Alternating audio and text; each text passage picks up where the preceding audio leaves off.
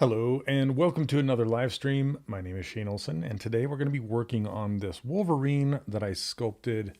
Like it's been a while since I made this guy, but I've found a new favorite thing, which is printing on my FDM printer, which is like those filament type printers. I have a Bamboo Labs A1 and printing out with white filament and then using acrylic markers to color them up.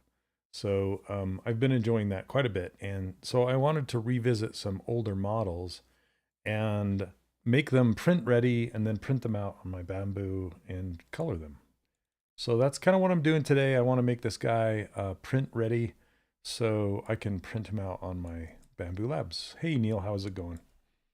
So I'm thinking about, I want to do some minimal keying with this guy and then and just get him kind of ready. So when you prepare a model for FDM printing, it's a little bit different than preparing for resin. So you don't need as many keys and yeah, you just set them up a little bit differently. So okay, anyway, welcome guys. Hey, hello. Okay. So he's kind of a blue on blue here, a little hard to see. But I want to change that color here. Maybe to a little bit, I could go darker, I could go more purple. Let's go maybe in this realm. Maybe like something like, no, let's see. Maybe an orange? I think you'll get lost on an orange. Let's see. I think purple might be the best. That might be a little too beige. Let's try, or a little too, this might be too much color. Let's go try this. Okay, documents, back. How's that? Hey, would you be able to show some of your recent prints? I would love that. Yeah, sure. I'll show them here in a minute. Will the blades be okay for printing or will you have to adjust them slightly? I know I'm getting in front. I don't know yet. I'll probably, I will probably key them into this hand for sure. So that way I can print them pointing straight up on the printer or even sideways. That way, yeah, that way they'll print a little bit better. So let's see here. Let's actually start with these blades and take a look at them. They do have dynamic subdivisions turned on. They have a few facets happening right down at the bottom. So I'm going to crank the subdivisions up so they're nice and clean. That's better. And they are kind of sharp, but they have they're blunt. So you can see the shape of them right here. Yeah, they're not like super sharp. Hello, welcome. Everybody just joining us. Okay. Do I not have local pivot turned on? What is going on here? Yeah? Okay. Sometimes my camera just likes to spin off into space. And then I'm going to go through, see these kind of, the connection points between like this wrist guard and this glove, and it's just not very clean. So I'm going to go through really quick and just kind of clean it up. It's been a while since I've visited this guy, so I don't, he's a little bit messy. Does project document size matter for 3D prints? It does. If not, what are some of the best practices for setting the project? It does matter. And before you send it over, what you want to do is something that's called decimation. So you will want to decimate it, which is essentially, it's making the file size, well, it's making the mesh as low as it can possibly be while still holding the detail. and it's a plugin called Decimation Master, and that's what you do. That's one of the last things you do before sending it. Okay.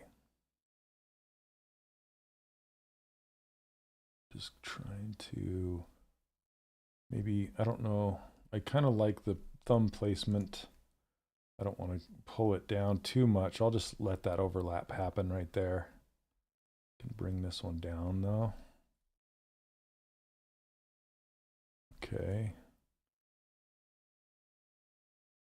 Same with this one. See, it's got this problem right here. Sometimes I get a bit hasty, a little bit speedy, and I'll just kind of do whatever fast. Hey, Grubber, welcome. Awesome, thank you. You're welcome. Yeah. I'm hoping that I'll get to that point during this stream so you can watch and see how I do it. And it has an extra wrinkle right here that I don't need. So I'm just going to smooth that out. And then just kind of sharpen up some of these angles here, get them even. This is the part with stylized characters that it really pays off if you take the time to just clean it up, because all this stuff will show up on the print, even though it's an FDM print, you know, it'll still kind of show. It will show up more on a resin print, but okay. And it looks like I'm trying to decide how much I want to split him up as far as how much I want to do the keys. Because with the Lion-O model that I have, I made him for resin printing, and I split him up a lot. Like, hey Lisa, like I made a whole bunch of keys, and it's not necessary for 3D printing in FDM. So let me kind of do a little bit of show and tell and show you how I had that one set up. And I've been coloring it with some pens. Let me see if I can get make my camera big. Oh yeah, it's this circle thing. Hold on one second. I'm not sure how to get rid of the circle around me. I guess we're just gonna live with the circle. What time you took to sculpt this guy? Is it possible in one day? Probably not one day, no. It's more like 3 days, maybe. Yeah, I mean, if you're really focused and you spend a lot of time, like working a 10-hour day, maybe. I don't know. Okay, one sec.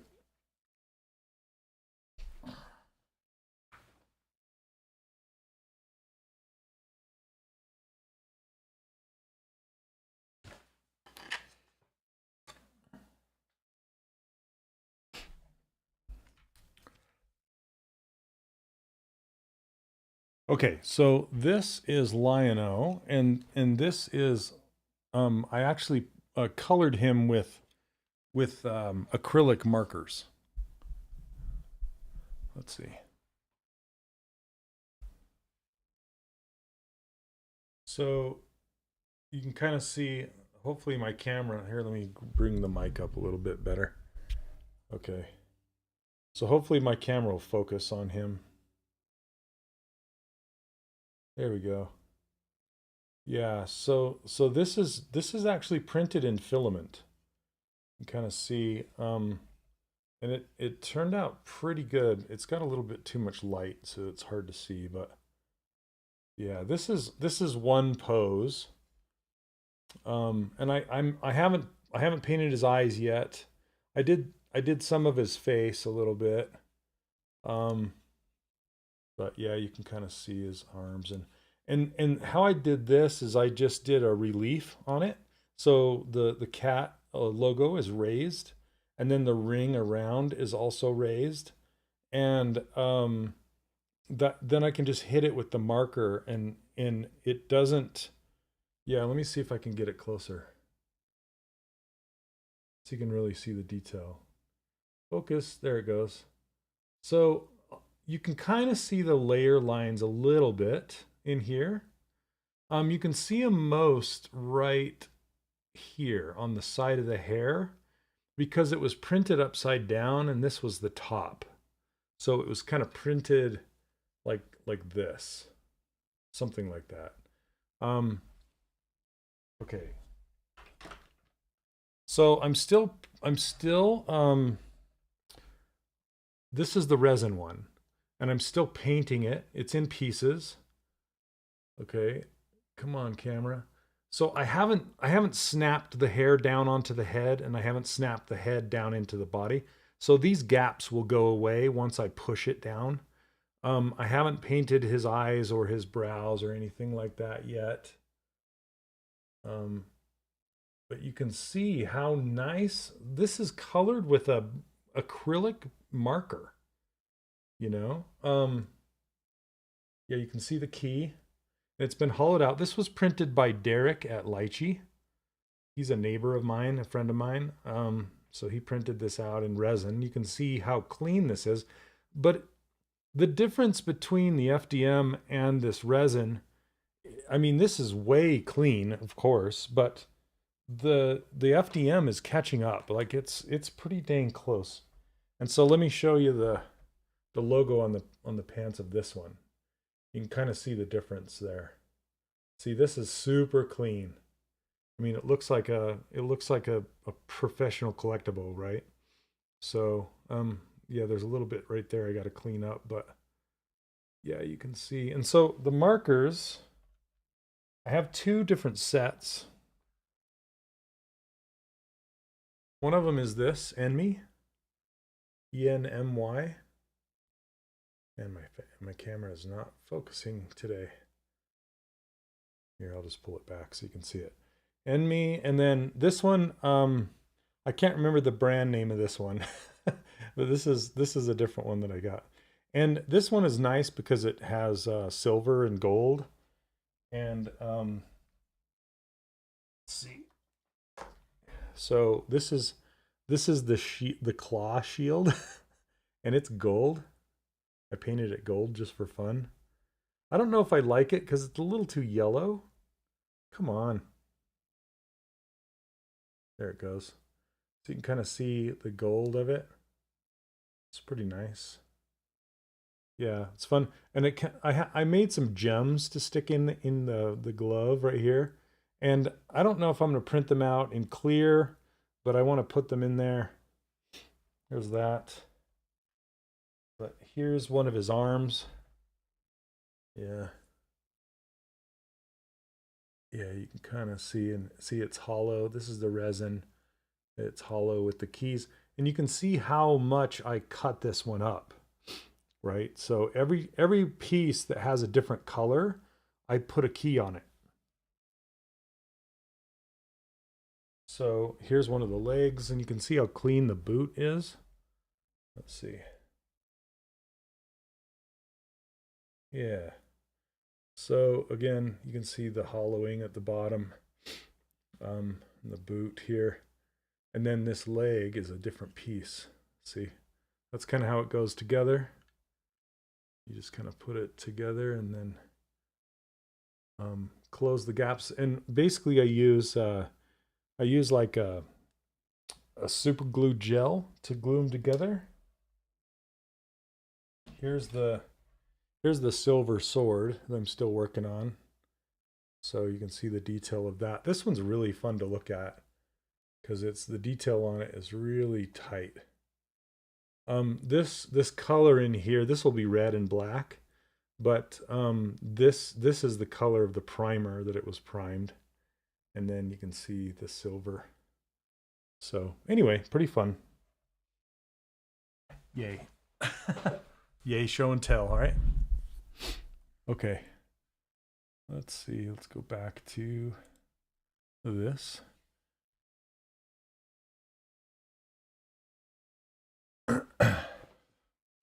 What are you talking about, Neil? you can always see the moose now, since I've noticed it when I'm watching the lessons again. With the lion-o, nose being the head and the eyebrows be. Oh, you're talking about like the paint on his face? The moose? That's funny. Okay.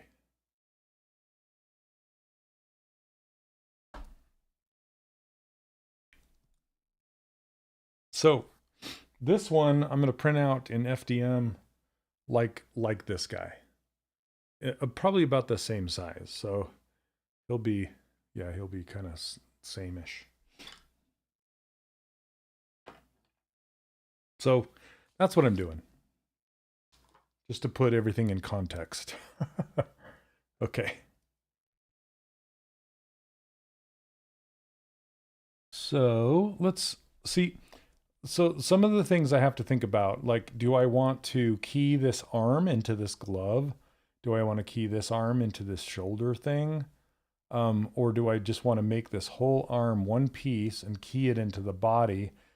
The only reason I would want to key it is just to kind of make it, make this area available to paint. Hey, what's up, Scott? So let's see. And then I'm trying to decide like how much of this body to paint. So, my friend Wexter, I don't know if you guys are familiar with Wexter, but he prints out a whole bunch of stuff in FDM, and he swears by just printing the whole thing all at once, just one big thing, because that's less chance of a failure to just print the whole thing once, you know. But for me, I just feel like it gets a little, because I want to print it out really big, you know, like this, and I printed this one out in all these different pieces and parts, so my whole bed was filled with parts. And, and Wexter was just like, "What are you doing?" Hey, what's up, Ryan? How you doing? So I kind of want to key it, but maybe not maybe not as much. So I think what I'm going to do is key the body into the pelvis, and then key these arms into the body. And then maybe that's it. I think that'll do it. Because then it'll give me 4 big chunky pieces. And maybe I'll key these blades into this glove just so I can, you know, aim the print whatever direction I want to. So, what's up with the Wolverine? Are you visiting your old model? Yeah, Nikita, how you doing? Yeah, so basically what I'm doing is I'm setting this up for 3D printing. And I'm just trying to figure out how to organize it and where to key it is what I'm doing. So, yeah. Okay. So what I like to do is I like to put everything into folders and just kind of get it set up. Now, if you want to learn this stuff, I just finished a course, an entire course not too long ago, that you can access over on my new website. It's over at school. Whoops. Sorry. Here we go. It's right here. Okay, let me go back here. So if you go to the links in the description. So if you go to school.com/3DCW, that stands for 3D Character Workshop. This is my school, and you can get started for as little as $27 a month if you want. Nope, you know, I'm just pitching this for a minute. Anyway, this Lion-O course right here, this is the Lion-O that I just showed you. And I walk you through how to build it from scratch all the way through to how to slice it, how to key it, and how to prep it for 3D printing. This is FDM printing, and there's also resin printing coming soon. So the guy who printed the resin out, is doing the training on how to slice it and do supports inside of Lychee for resin printing. And this lesson right here was done by Wexter on how to set it up for FDM printing. So if you want to learn about that, that's there. And my other courses, my older courses, I have 2 game character courses. I have another course in a different program. And then I have my ZBrush brushes, and this is a basics course. So this has like how to do blockout, stylized anatomy, topology, yeah, all that kind of stuff is here. So anyway, if you want to join us, that's that. So, okay, back to this. So this is kind of a little preview of that. I'm not going into deep detail here. I'm just kind of getting it, trying to get it ready here. Let me see. I don't know if I want to key these into the glove as well, or just these. Great courses. Oh, thank you very much. Yeah, I think most people here are already part of that community. And some people have been students of mine for a very long time, which I completely appreciate. Thank you very, very much. Okay, so let's organize this and get it into folders first. So let's start with these boots, these legs, and the pelvis, and I'll put all that in one folder, merge it all together. Let me see if this pelvis has, yeah, it's flat. So I always do this now because I'm prepping it for 3D printing, is I don't make these hollow, or I don't give them a thin, I just cap them off, give them a cap. Okay. And then I need to adjust the belt and make these a little bit thicker so it works. Is this guy for a new course you're working on? No, it's not. It's just for me. This is just, yeah. I just want to print this guy out. This is a guy that I made a while back just for fun. So it's a design made by Sean Galloway, or you can look him up. His nickname is Cheeks, and he's just a phenomenal concept artist. And I just wanted to model one of his designs, and that's what this is. So, and I actually did a video with Ian Robinson of Maxon showing you how to render this guy out inside of, gosh, what is it called? The Maxon renderer. Oh, I totally lost what it was called. Gosh dang it.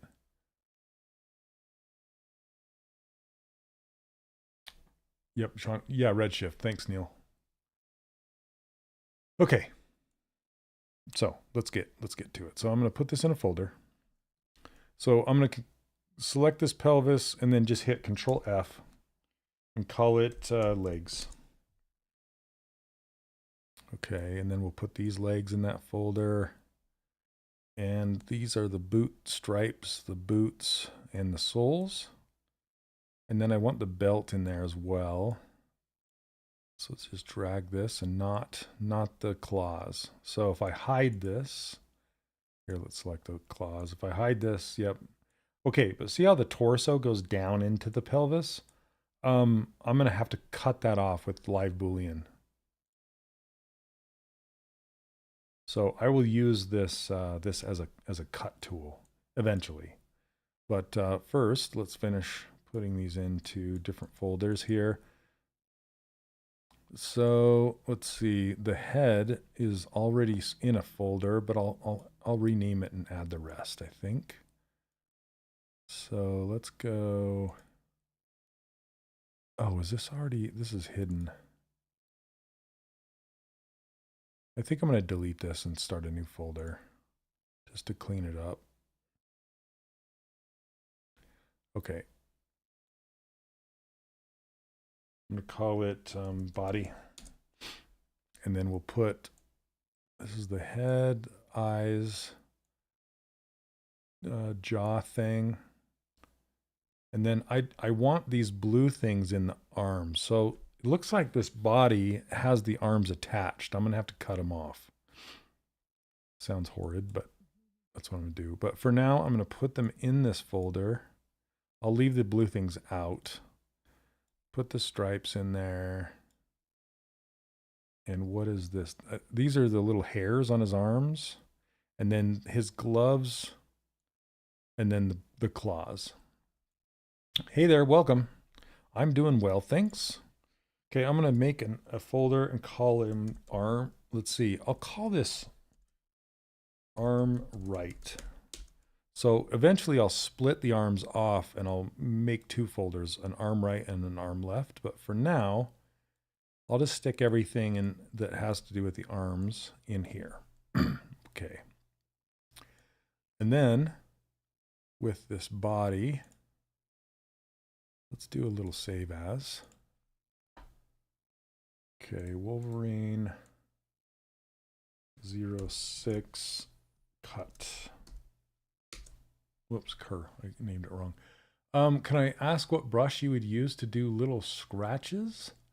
My favorite ones are the orb brushes. They're great. If you want to look them up, just orb, like ZBrush orb or orb cracks. Those are the best.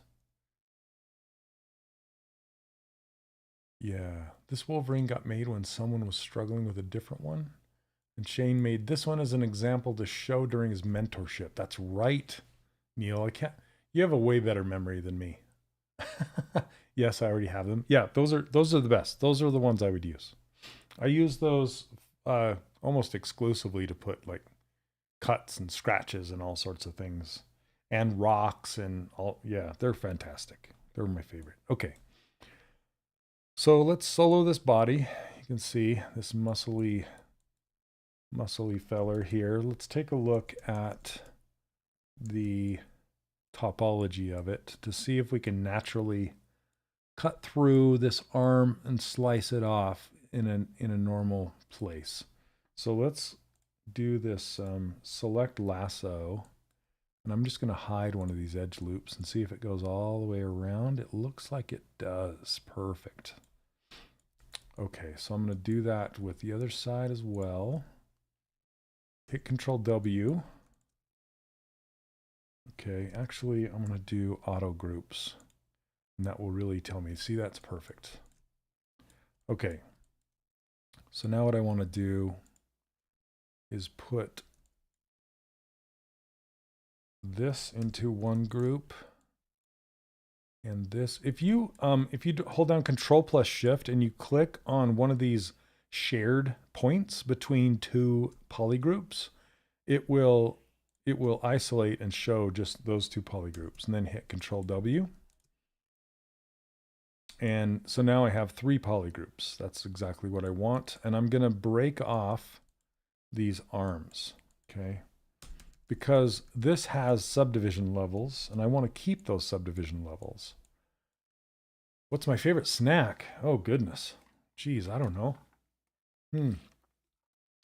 I want to say coffee. I'm horrible with just drinking coffee. I don't really snack too much. What is going on here?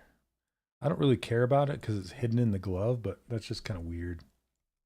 It's a little nubbin. I think it's left over from the blockout from this this second piece of the forearm, actually.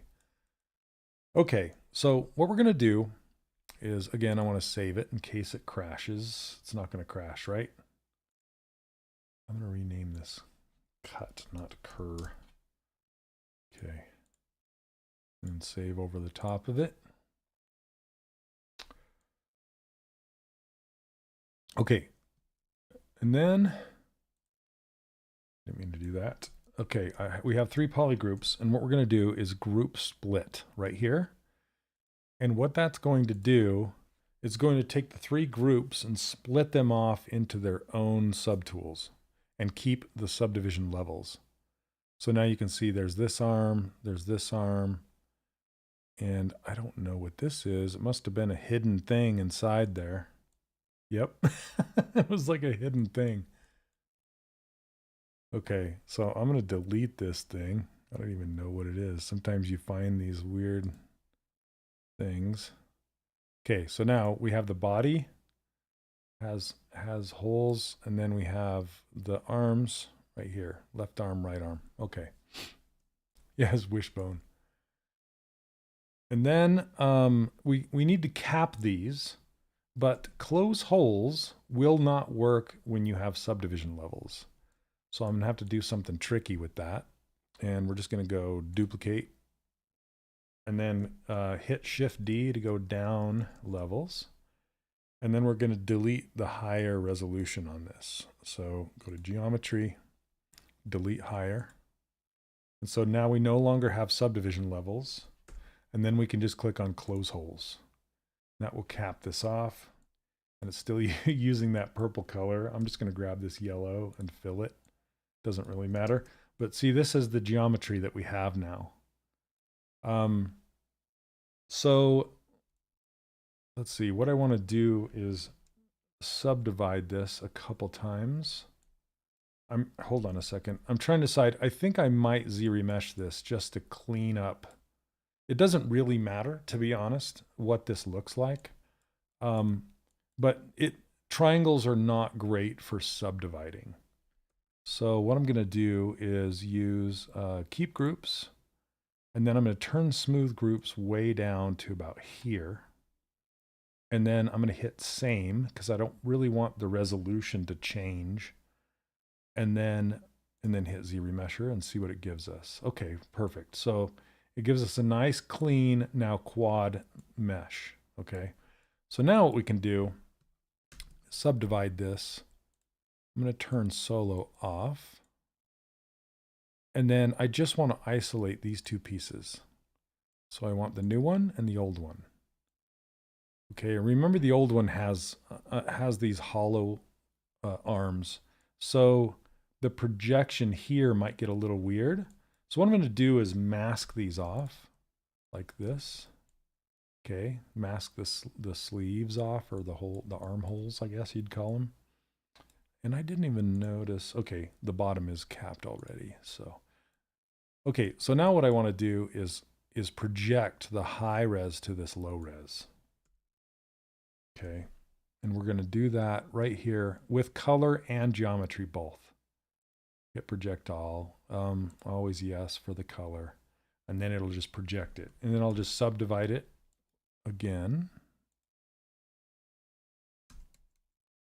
Okay. Oh, I can't subdivide it with it masked. So I need to, I'm going to subdivide it 2 more times. So now we're at 226,000 polys. And again, I'll mask this off. And we'll project again. Okay, it gets a little tighter. And we can check it by turning off the high res. You can see the difference. There's no difference other than right around the sleeve, right? So I think we're done with this high res. See, there's no difference. Okay, so what I'm going to do is go ahead and delete this one just to get it out of here. We don't need to keep it around. Okay, and then we can clear that mask off, fill it with this color, and then we can just kind of smooth these out. I'm gonna select this smooth stronger, just so it's harsher. That might be a little too harsh. And just clean this up. So when we do the keying in this area, it'll be nice and clean. So it'll have a nice connection. Let me know if you guys have questions. Let's clean up the other side.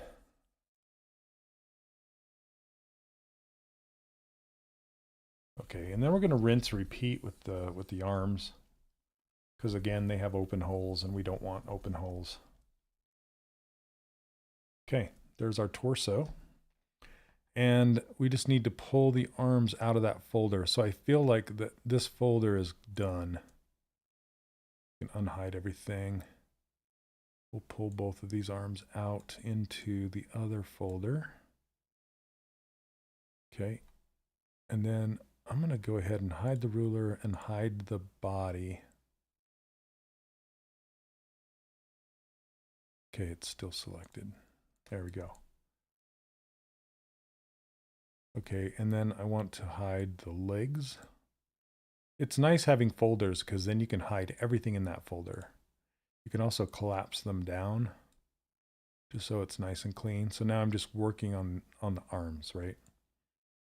Okay, so we're going to cap these off so then we can use them as parts. So I'm going to grab this arm, duplicate it, and I'm going to do a save. Okay, every time I do something big and I like it and it's kind of set, I'll do a save. Okay, so we have these two arms. Let's hide the rest.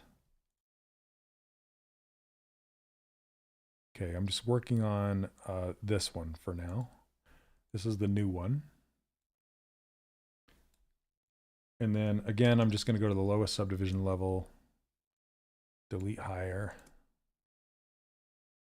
and then do a cap.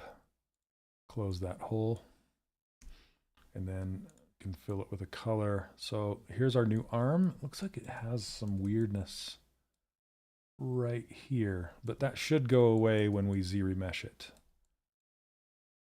Okay, so again, Z-remesh, keep groups, turn the smooth groups way down.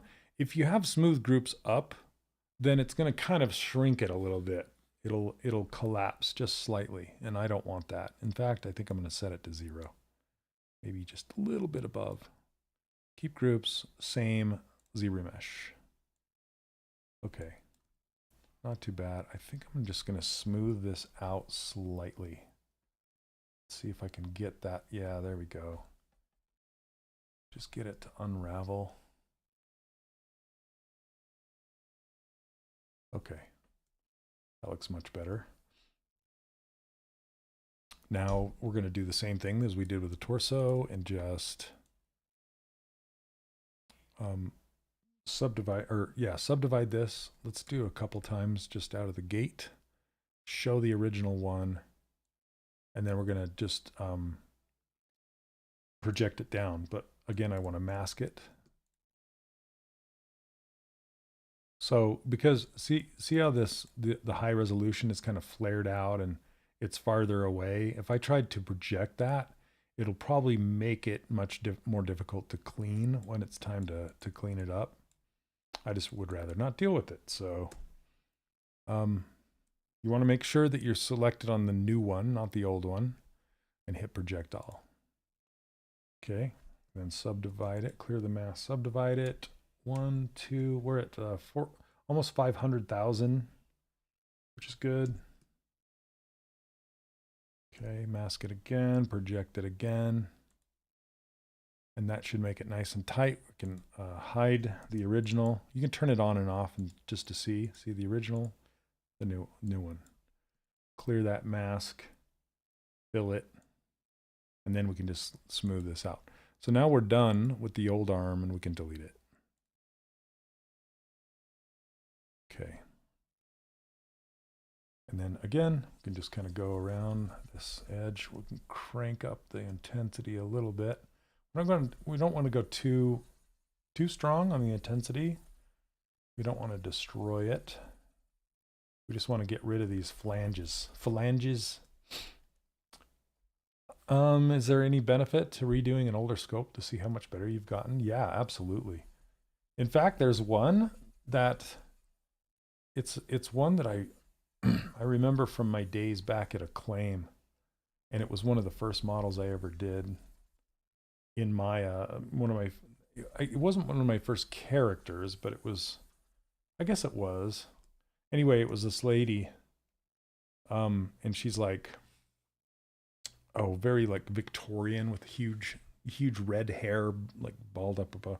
And yeah, I was thinking about, because I think I still have a concept for that, and I would love to try and redo that one because it was really good design. Okay, get rid of this little weird thing. Okay, so here's this arm, and we'll do the same thing with this one. Rinse and repeat. Okay, so duplicate, then we'll hide the other arm, and then go down in subdivision levels. We can hide the original. Again, just this is yeah, rinse, repeat. Close holes, and then subdivide this up. 1, 2, 3. Let's just go ahead and go all the way up to 455,000. Actually, I forgot to Z-remesh it. Let's do that. Z-remesh, keep groups, turn this down. Z-remesh. Yeah, Leroy, right? That'd be nice. One more. Oh, that's a million. That's okay. Let's go down one. Okay. And then we'll just project.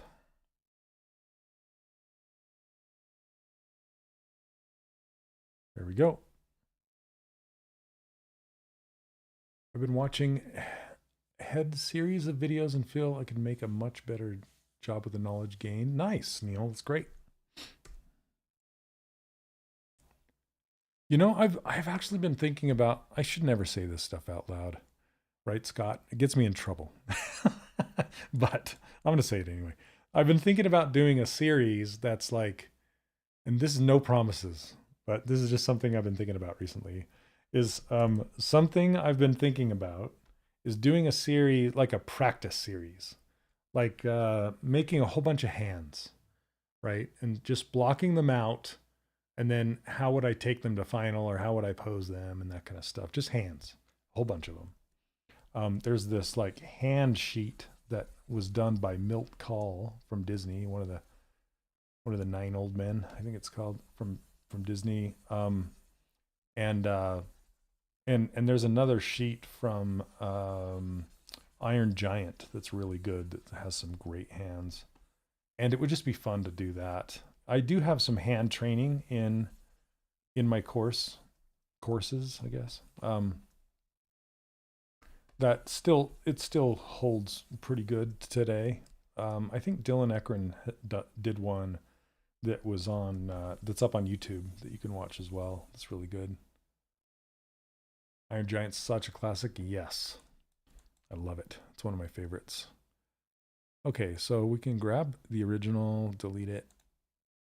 Okay, now we have both arms capped and split from the body. That's how you do that. So we're going to do a save as. But I was thinking about doing like a series of ears, you know, maybe noses, maybe just something to practice, like maybe some cloth or something, you know, just something that people struggle with. Okay, so let's show all of these things part of the arms. Okay, so as you can see, these arms do not fill up the space in these blue kind of shoulder things. So I want to edit these and make them so they kind of match well. Okay, it's easier to do at the lower resolution. And then I'm going to turn on the poly group so I can kind of see the edge, give myself a guide. And I want to kind of bury them a little bit in there. And then I'll show you a little trick to bring it flat along with the flatness of this shoulder thing.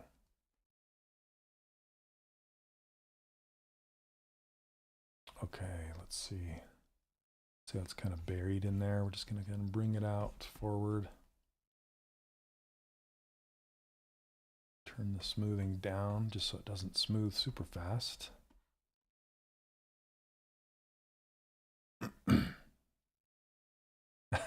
No one struggles with hands. Perfect. Get them perfect every time. Okay.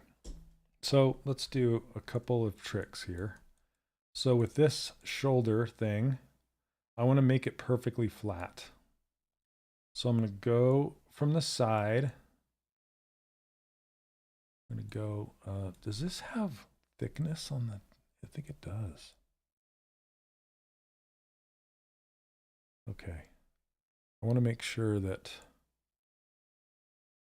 it still looks okay.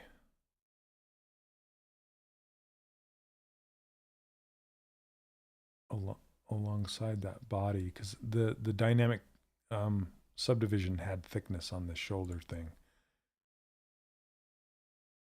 like puffing them up a little bit like this. I kind of like it, but not in the thickness. So I'm going to turn that off and just edit it a little bit. Okay. So what I want to do is I want to mask off this front face. But it's kind of hard to select, to mask this off. Thought those were Hulk jeans? Funny. Okay, so let's do group by normals. And that will put everything, it should put these in their own group as well. So I'm going to change this to a little less and see. There we go. All right, that's what I wanted. Okay, but I can't really mask off this end. So I'm going to cheat a little bit and insert another edge loop so it'll allow me to mask it off. Let me show you what I'm talking about. See, there's no way to just mask off this one pink ring here. If I click on Control and tap on this point, you can only click on points. And since it's a shared point, it's going to unmask both of these polygroups. And that's not what I want.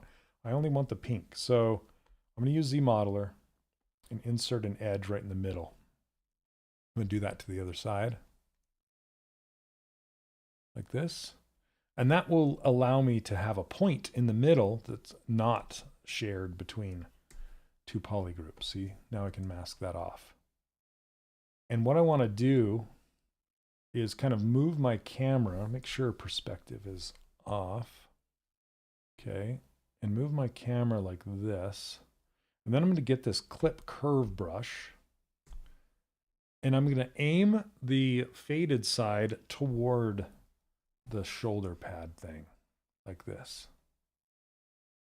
And what it's going to do is it's going to grab all those points, everything that's left of the left of this line in this gradient zone that's not masked, which is everything that I just highlighted there.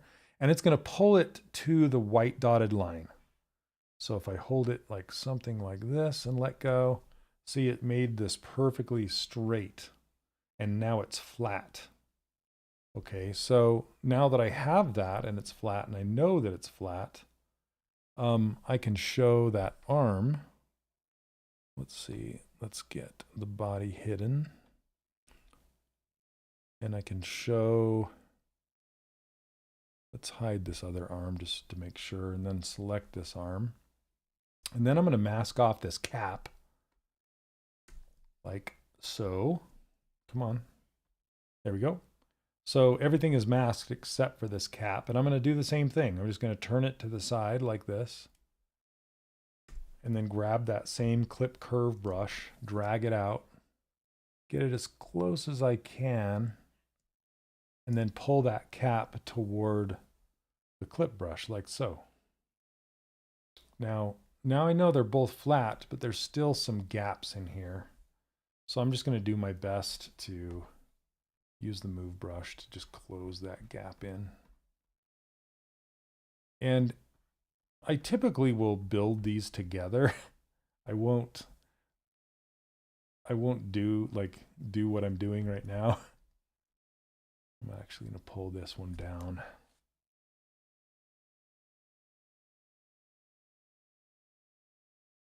Pull it so it's just like this. And when I merge these two together, theoretically it should make a flat, flat thing. Okay. So let's turn up the subdivisions and we'll just check it. Okay, so again, this is still masked off. I'm just going to grab this clip curve brush and do it one more time.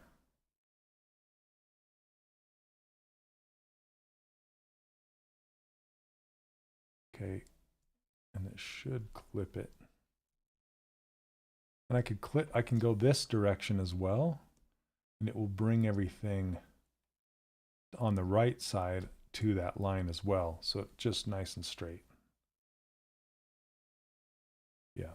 So I can just grab this with the mask, with the move, barely push it in. That's probably good enough. Okay, so now we have an arm that has a cap on it like this. And I want to key this arm into the body. And so what I'm going to do is, this is my key brush. It's one that I made with the Z modeler inside of ZBrush here, but I cannot insert it into an object that has subdivision levels. So what I have to do is I'm going to select this shoulder. Okay, because it does not have subdivision levels, it has dynamic subdivision. So now I can draw it into this subtool, like so. And there's our key. Pretty cool, right? But I'm going to split it off like this. And take a look at it. It's subdivided. It's pretty good now. Okay. And so this arm is almost done, almost ready to combine and then make it an object and decimate it. But I still need to key these blades into the hand. So I'm not going to do that yet. I'm going to do this other arm. So what I want to do is put all of these pieces into the right arm folder and split these other ones off. I like the little notch so you can tell the direction it needs to go. Yeah, there's a little, it's like a pumpkin lid, right? It's got this little rotation indicator notch. Okay, so arm right, we've got to pull this one out and put it in a new folder. Out. And these claws actually do need to go inside that folder. Okay, and then this one, this needs to be separated off. So I'm going to grab, not this, select lasso, and then hide, and then say split hidden. And that will split it and separate it off. So this one, let's go ahead and make another folder. And call this arm left. And then we can start putting these pieces and parts inside of there. So we have this piece, the arm, and then the glove. I'm going to do the same thing. I'm going to hide this side. Whoops, what's going on here? It's got symmetry turned on. Hi Shane, what about making a joint a cylinder so that the arms rotate? I mean, I could. I'm not making this guy for articulation, but I totally could. Yeah, and that's a different set of objects to make articulation. Thanks so much for your workshop. Greetings from Rome. Awesome, Rome. Welcome. Thank you. Okay, split. Where are we? Why does it not give me split hidden?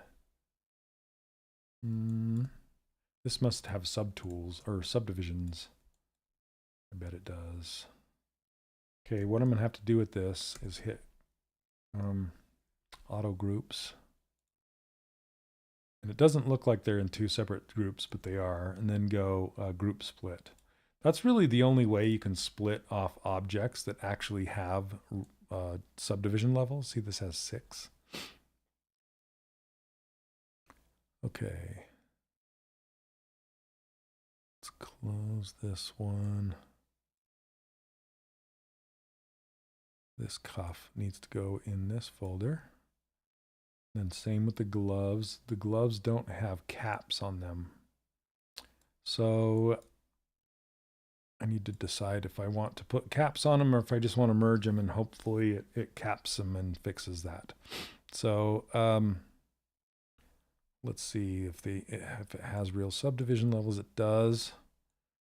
Okay, so this one's going to be tricky. I don't want to get rid of those poly groups, but I'm going to have to, just to split these apart. So auto group, split, group split. Okay. The other thing I could do is get rid of the subdivision levels and do projecting and all that garbage. So, but I don't want to do that because I'm lazy. Okay. So I'm just going to put this over here, put this over here. I'm actually, since I'm going to, I want to make these claws a separate object. I'm going to go ahead and put those in a different folder called claws. Sandy claws. And put those in there. Okay. So now we have arm right, claws, arm left. Arm right is done. Let's finish up this arm left.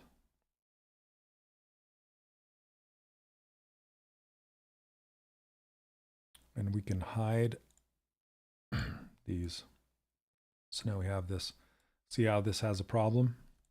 Just like the other one, we're going to fix it. Okay. So if you recall, how we fixed it is we mask this off, turn the camera so it's kind of flat as we can get it.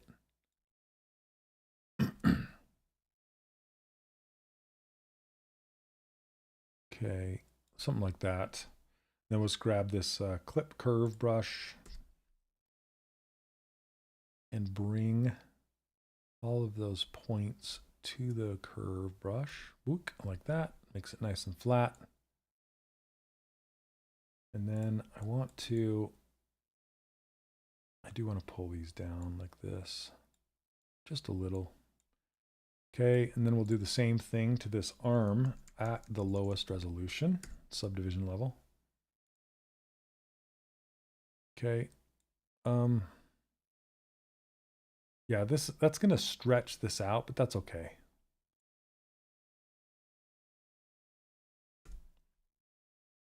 See how it does. Whoops, I went the wrong direction.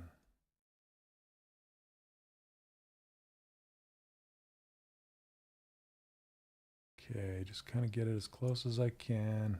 Boom. Okay, so that kind of pulled it out. I might have to do it again because I need to fill in these gaps with my move brush. Just kind of nudge this all around. Just so there's no gaps. If there are gaps, it's going to catch resin and it's going to bleed and leak and not be great.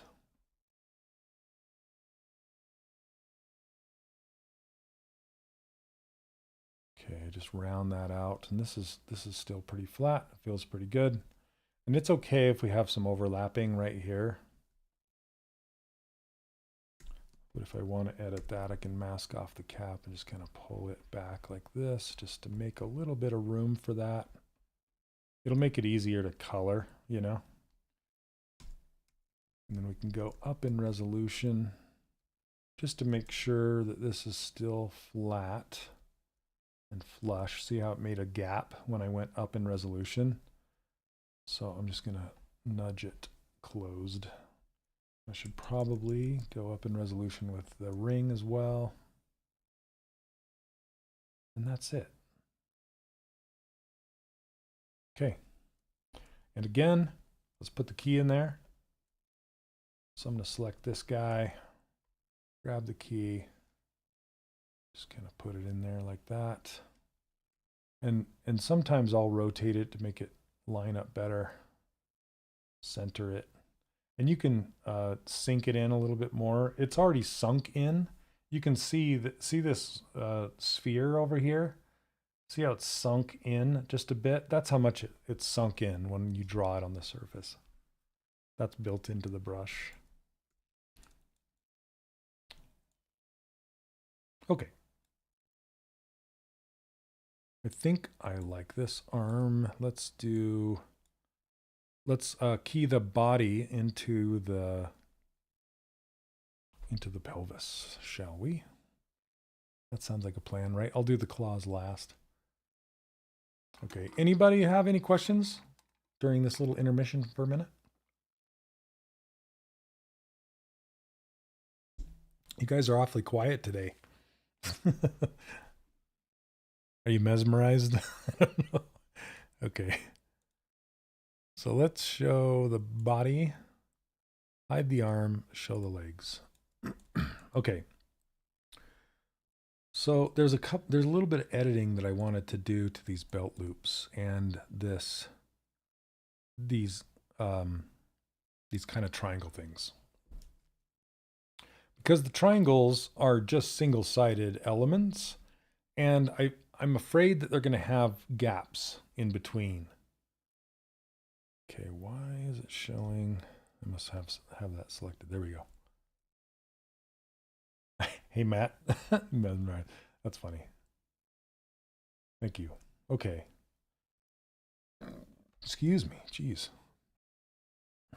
Okay, I might need to take a quick break and use the restroom, but yeah. Okay, see this gap right here? I want to get rid of that. See how thin these are? I want to get rid of the thinness. And so basically what I'm going to do is just mask this off. Let's grab this mask lasso. We'll mask this off. Oops, we got symmetry on. Okay, and then I'm just going to grab this internal panel and just pull it into the body like this. Here, let's turn on transparency so we can kind of see what it looks like in there. Yeah, something like that. Just so it has, so it's way thicker, so there's 0 gaps. Okay, let's do it again over here. These both have the same poly group, so I'm masking the other one off. And then I'll just kind of line up the camera and just kind of pull it in like this. Then I want to do the same thing to these two.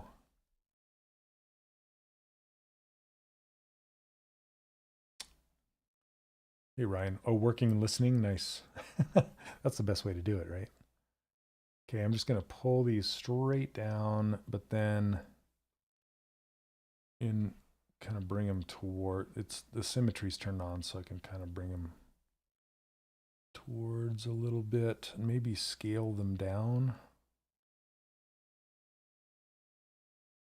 Yeah, so they kind of go inward. That's good.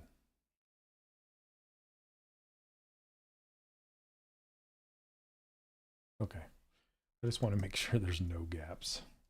No gaps. Okay. Let me see if I can do the same thing with this U-shaped dealio. I don't know if the inside and outside are the same poly group. I'm going to make sure that they are not. Okay.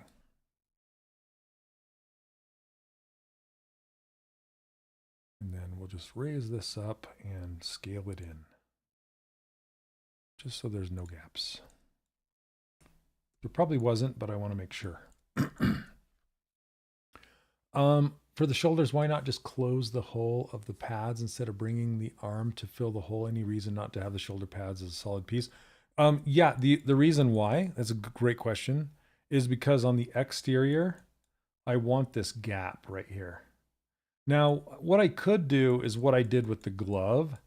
And if you look at this glove piece, see this? I kind of brought it in and then scaled it down and then capped that off. This is probably what I should do, is something like this. Uh-oh. Please don't crash. Hold on. Okay. Oh, that scared me.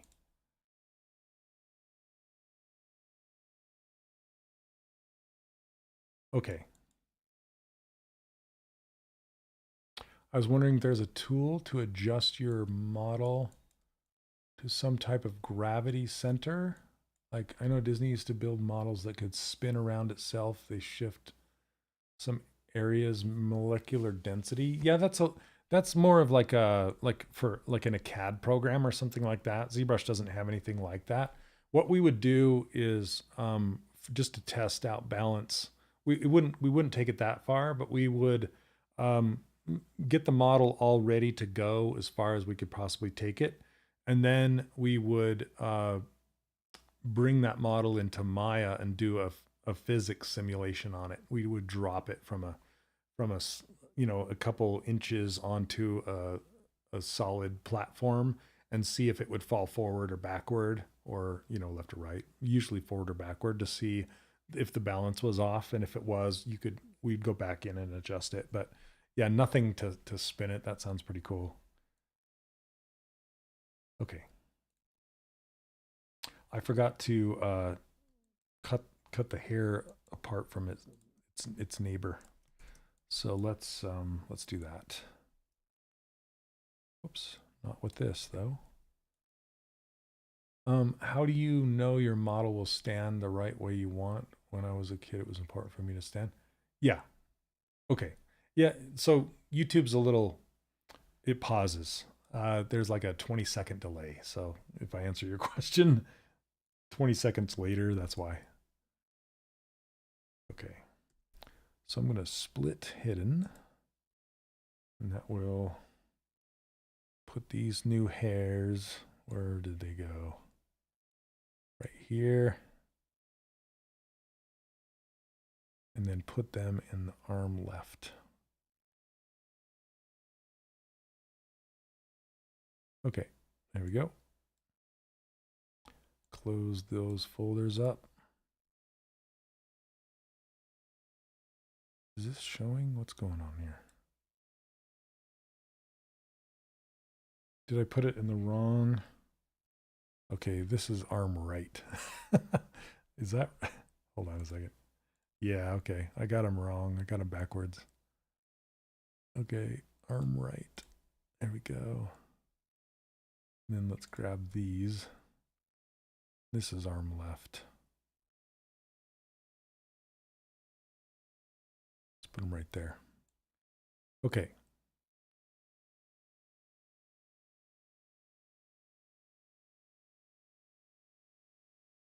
Let's do a split hidden on this key. Just so we have it.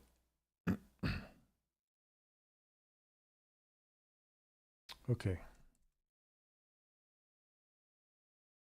And we're gonna set up some live boolean and make this nice and clean.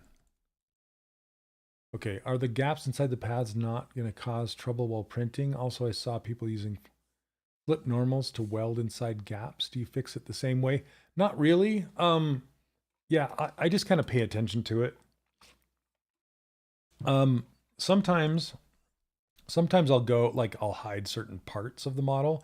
And when I usually check it, to check to see if there are gaps or hollowed out areas, I'll use live boolean and I'll make a big cube that covers the entire character, and then I'll move it up and down just to check for pockets. But yeah, I should probably just go ahead and fix these right now and do it that way. Just to doubly make sure that there's no issues. It's probably a good idea. Let's see. How do I want to do this? Actually, I'm gonna go use the restroom really fast. I'll be right back. So yeah, it will just take me a second. We're gonna look at One Arm Joe here for a minute. I'll turn on this and this, and then I'll be right back. Okay, 1 second.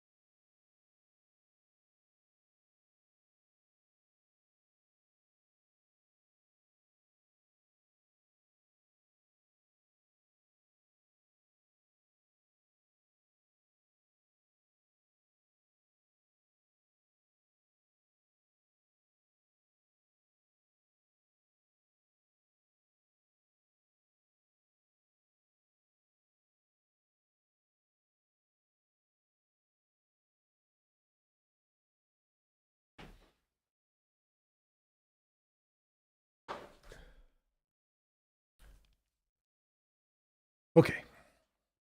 Thanks for your patience.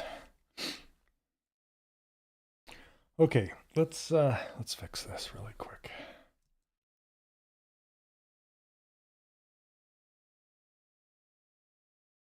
Now I could probably, let me see, let's delete this edge and this edge.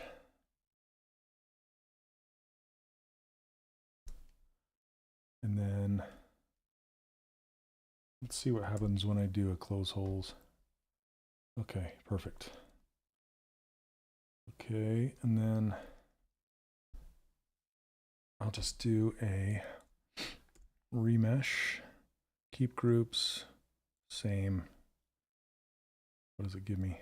Yeah, nice. Okay, perfect. So now I can do, let's crease poly groups right there. Except for I don't want to crease this one.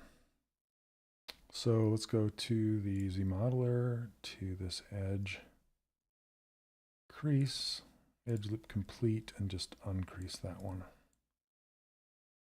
That's pretty good. Okay, and then we can mask this one off. I think that's pretty good actually, because that's buried down inside this arm just enough. I mean, we could pull it out, like turn it just a little bit, like so, and bring it out so it's not so deep. And then scale it down slightly so there's a taper to it. That's kind of how I did the glove. Something like that. Oops. Gosh dang it. I have two poly groups. Let's do auto groups. Okay. That should be better. Oh goodness. All right. Turn it, bring it out, scale it down. There. Okay.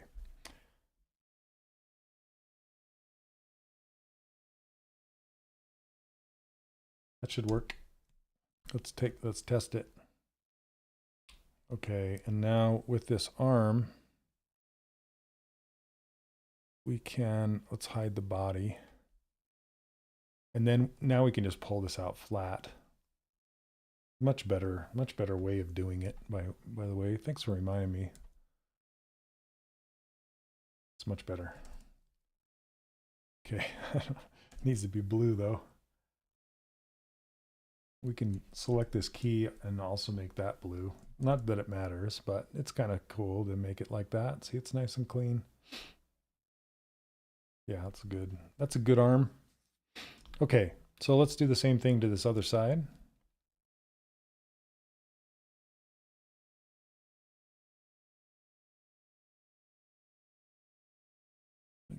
Like this, delete hidden, close holes. Keep groups, same, go. Nice, and then crease poly groups. And then uncrease this one. Boink. And then we'll just pull this out just a little bit. I guess I could push the arm in. Would probably be better.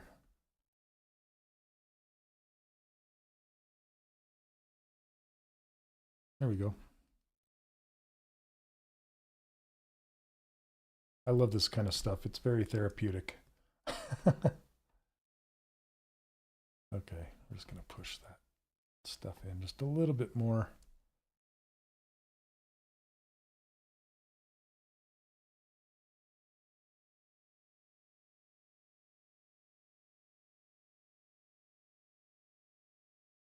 Okay, now we have these two arms and their pieces. I should really get some articulated joints, because it would be fun to like be able to rotate these around, wouldn't it? I think I have some somewhere. I don't know where they're at.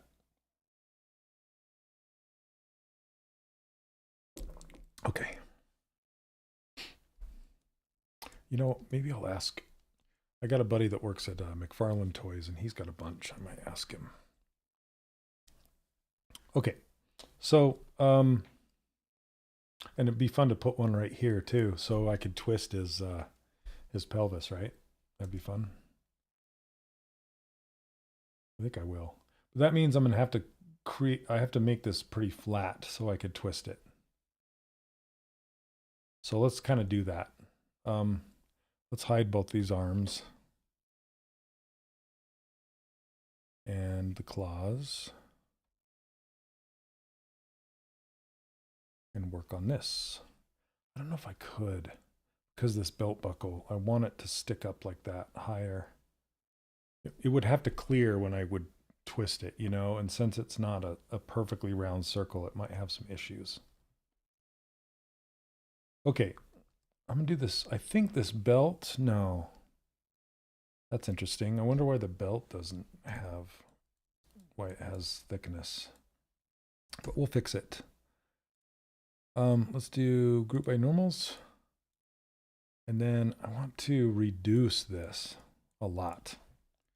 So what I can do is inside of the geometry tab, there's this button called reconstruct subdivs. And if it will, it might not. Nope, it only did it one level. That's not enough. So I'm gonna have to redo it anyway. So here, this is what we're gonna do. We're just gonna hide. I'll turn on double so you can see what I'm doing. Delete hidden, close holes. Okay, that's a weird color scheme. But we're gonna go group by normals again, which should put this whole top in its own. Okay, and then we're gonna do a, oh, it's probably because of the color. Yeah, it's blue. There we go. That's why. That looked weird. Okay, so now we're just gonna go, Z-remesher is a beautiful thing. Keep groups, but we're gonna do half this time and do smooth groups down to about here again. Z-remesh. Oh, it's got symmetry turned on. I don't want that. There we go. And we're going to half again. That's much better. See how it's nice and low. I wonder if we could go one more time. There we go. Low and slow. Okay, let's see where we're at. So I want to do crease poly groups. And then turn on dynamic subdivisions with thickness, without thickness. Okay. And then we just need to come in and edit. And now we have a capped belt that's not going to make resin gaps.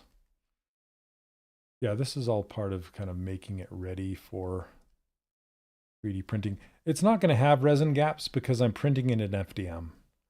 But still, you don't want gaps. And I'm going to put these belt loops like right down on top of this belt.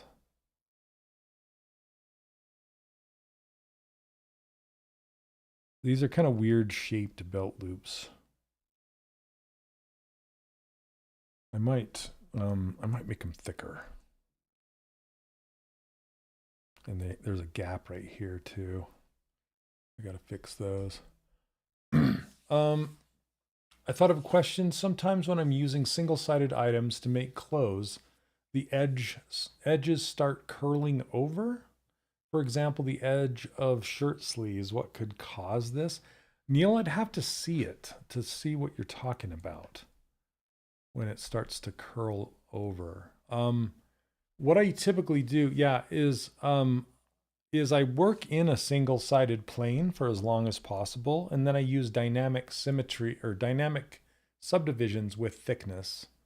But it will make curves on the pointed ends, right?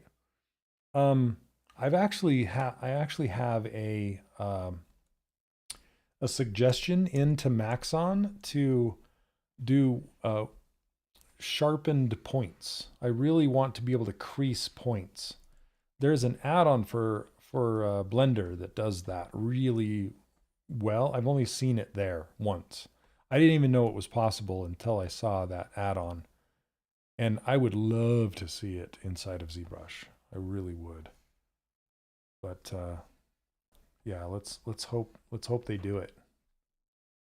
Because that would crease the vertical like this and make it sharp. I don't think that's what you're talking about, but that could help a lot. Okay, I am going to mask this off and turn topological off.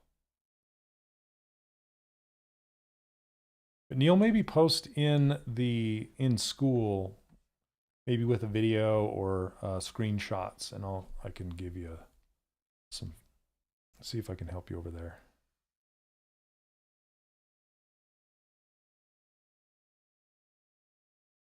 Yeah, the belt's going to cover these up, so I'm not too concerned about the gaps underneath, but I just want to make them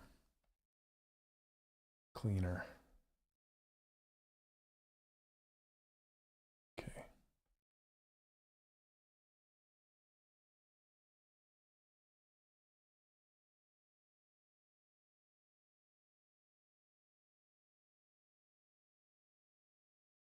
This doesn't have symmetry on, right? Okay.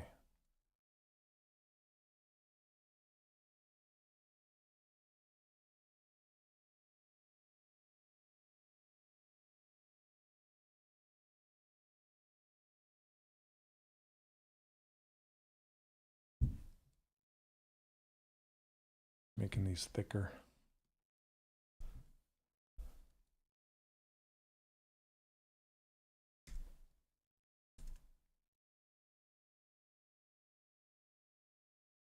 Let's crank these up. I might split them off just so I could get them in their own group.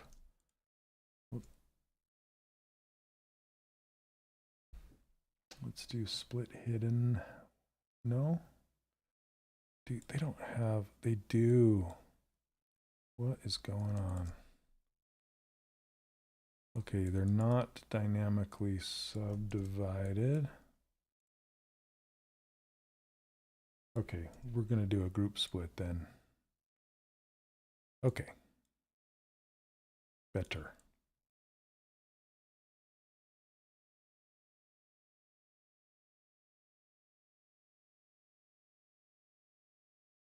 Okay, what's happening on the hamster I've been making on his trousers. Okay. Yeah, if you could just kind of post what's happening, and I'll see if I can help you. If you guys didn't know, I have a community. It's the 3D Character Workshop community. And the link for it is in the description down there. And if you like to sculpt stylized characters like we do, come and join us and hang out and share your work. And if you ever run into issues like that, you can post your questions over there, and either myself or another member will help you out, get you past your issues. It's been a blast. We have sculpting hangouts too, so if you want to hang out with fellow sculptors and chat, just not too unlike this, but you can sculpt along and talk and share, and it's a lot of fun. For that portion, we have a Discord channel, but the Discord channel is hooked to my school, so. And the school's loaded with training, so you can get the instruction there. There we go. I don't hate that. Okay, I think I'm gonna maybe I'll make the key go up.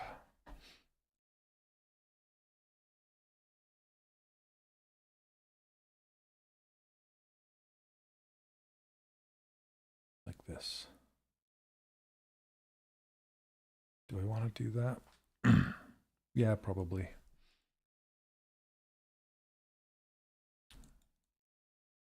Okay. Somebody just signed up. If you're watching and you just signed up, thank you very much. Happy to have you. That's great. My watch tells me. like somebody just joined. Okay, I need to save it.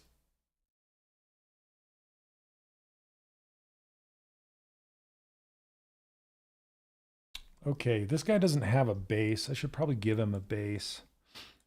And then key his feet down into the base. But that's feeling pretty good. Okay, so this is the fun part for me. Let's see. If you mask the points you want to keep and leave the others unmasked when you use polish by features, it will do that sharp. You mean Blender, the other? Oh, Pedro. Hey, what's up, Pedro? No, I mean, it will kind of do that, but here, let me just show you. So maybe I can show you on this. Yeah. Okay, see how these edges, how these corners are round? But the base, like the lowest resolution, is sharp. Well, if I want this to be sharp, I can't just have a single-sided mesh. This probably isn't a good example. Here, let me make a new one. So if let's grab this cube, insert it, and then split it off here.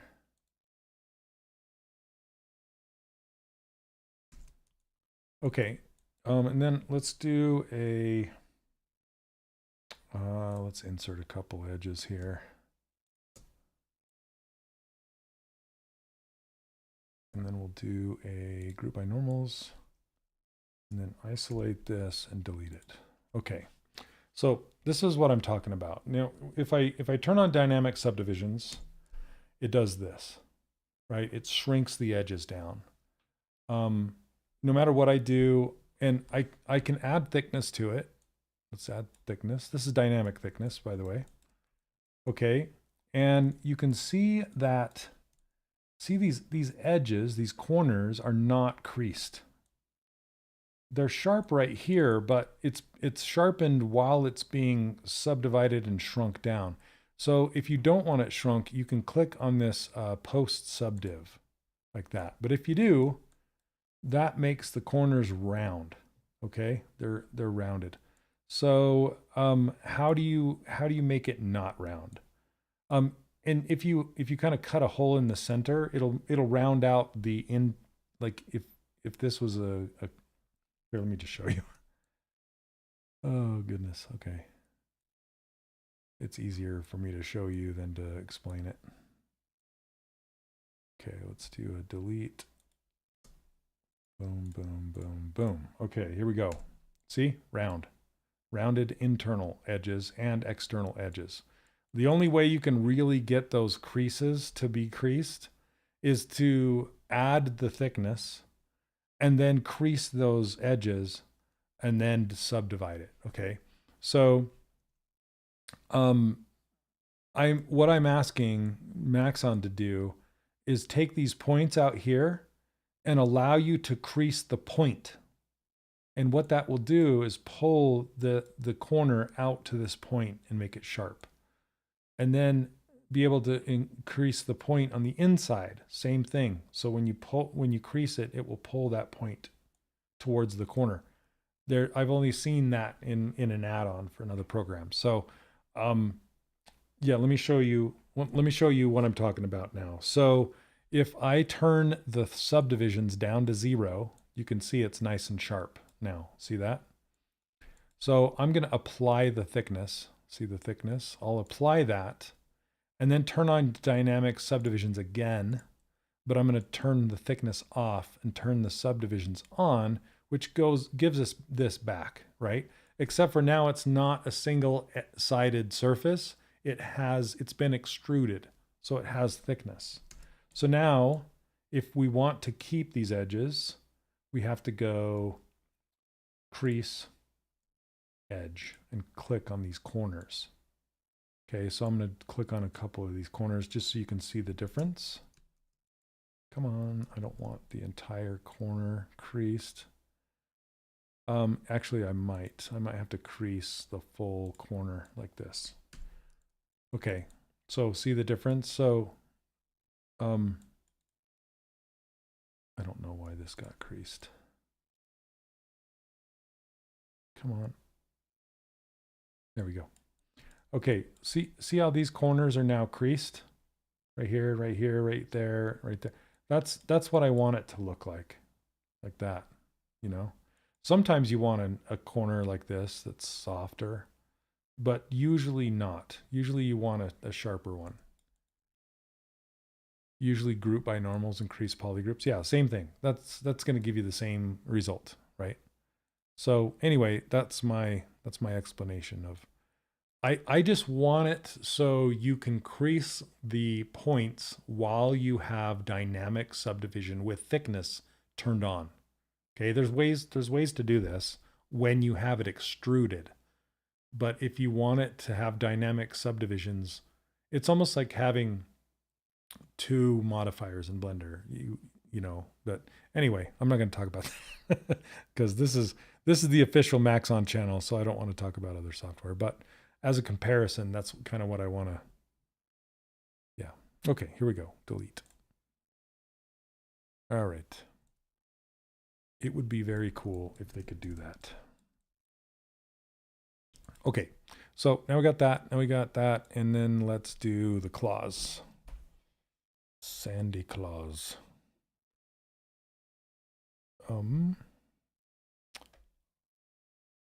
Okay, I'm probably going to just make these part of the hand, but these claws, separate. Should I make them separated? Let's take a look at these, what they look like here.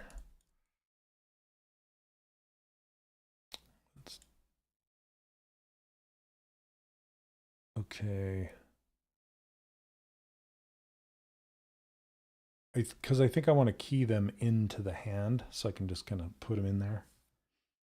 So then I can color each of these like silver and then put it on there. That way I don't have a weird edge along here that I have to hit with the marker, you know, or a brush or something. Okay, so I'm going to combine these two together, like merge them. Merge down. Okay. There we go. And then crank up the subdivision levels to 4. And then, like I said, I'm going to make these 3 part of the hand, the other hand, not, I don't want to key these 3 in because they don't have blades. Okay. So nope, turn off symmetry, hide these, split hidden. There we go. I use crease on vertices in Blender very often. Understand? Yeah, yeah, exactly. Yeah, that's what I'm after. It doesn't exist.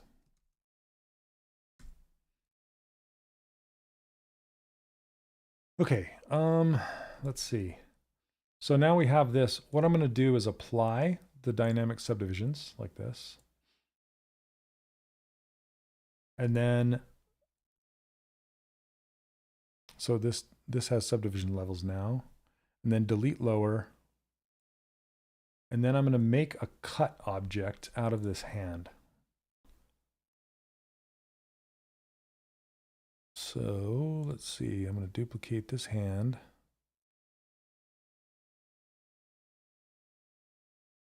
Put it down here. And then I want to put these 3 in arm left. There we go. And then we can hide this, hide the legs. So just so we're working on this arm. And this doesn't have a cap on it, so it's not going to work as a subtraction object. Let's see, it has subdivision levels. I'm going to delete lower and then hit close holes. So it gives it a cap. And then I'm going to make it into a slice object and turn on live boolean. And now it slices it like this. Awesome.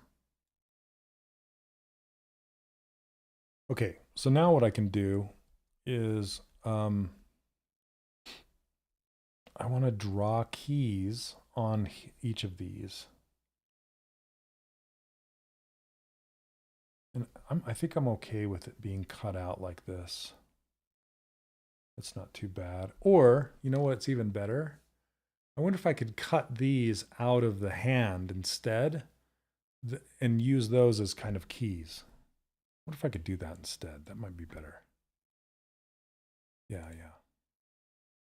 Okay, I'm going to delete this. And it's always fun to kind of see, but it's going to have these little slices in there, but it'll cut through the hand. It's pretty cool. Okay, so if I grab these and duplicate them and move them up here and make them a cut tool, see that? And that I could just use that as a key, and then they would just slide down in there, which would be cool. But they're kind of complex, so it might not fit very well. I'd have to make them. I need to. What am I trying to say? I would need to inflate them so it gives them some space to fit inside there. I think I will. And I'm going to push the blade so it's coming out of his hand a little bit more over here. So let's grab this. And if you hit Shift F, you can actually see the transparent part. So then I can use topological and just kind of pull them down into the hand a little bit more, just so it's going to match the other ones.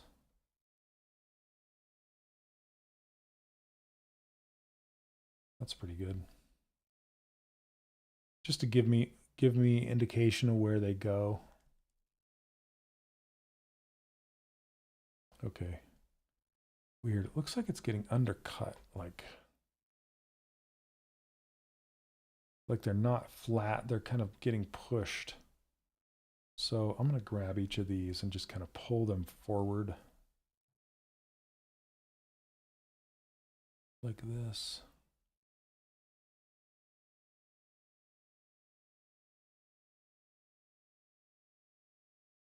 And then do the opposite on the bottom, just kind of pull them back. Yes, just so I can see this flat edge as I pull them. See that? That way, because you don't want it to be undercut or it's not going to fit in there.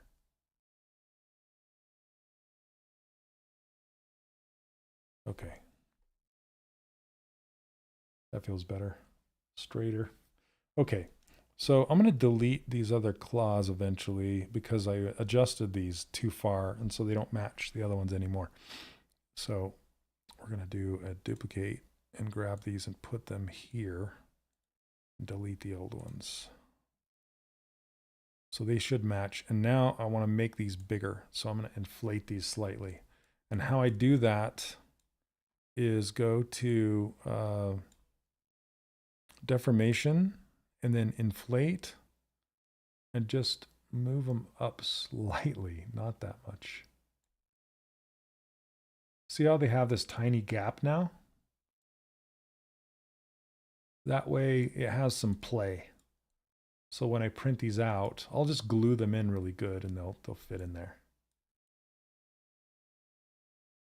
I hope that makes sense. Do you usually work with a minimum millimeters for inflating in order for the keys to fit? What's a good millimeter for it? I do with resin, but with FDM I don't, just because it's way more forgiving. But with resin, I think it's like 0.02 or 3 millimeter, just a little, just a sliver. It's very similar to this, but I probably wouldn't make the gaps this big with the resin. Okay. Then I want to make, this arm will be a cut tool and it will cut out of the body. So I'm going to save this again. Okay. Let's show the body. And then we can I need the, yeah, I'm gonna merge all these pieces together and make it just like one thing all, so there's no interior geometry. And then I'll take that and cut it out of the body.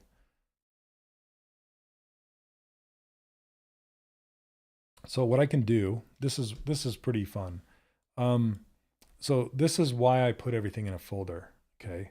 Because I want to join all these together. Hold on, I see this little thing I want to get rid of. It's a weird wrinkle. Okay, so I want to join all these together and get rid of the dynamic subdivisions all at once, all at one time. So what I want to do, how you do that, the easiest, is if it's in a folder like this, you just click on this gear and you click on Boolean with dynamic subdivisions. That's what that DS div stands for. And when I do that, it's going to calculate it and pump out a brand new object down right below the folder. And if we look at it, it's going to have the slices taken out of it. And it's going to all be stitched together. So you can see it's all stitched. And like these little hairs have been stitched into the surface, and it's all ready to go. Except for it's too dense, right? So we want to reduce the density. And how we do that, and it's going to get rid of the coloring, I believe, but we'll try it.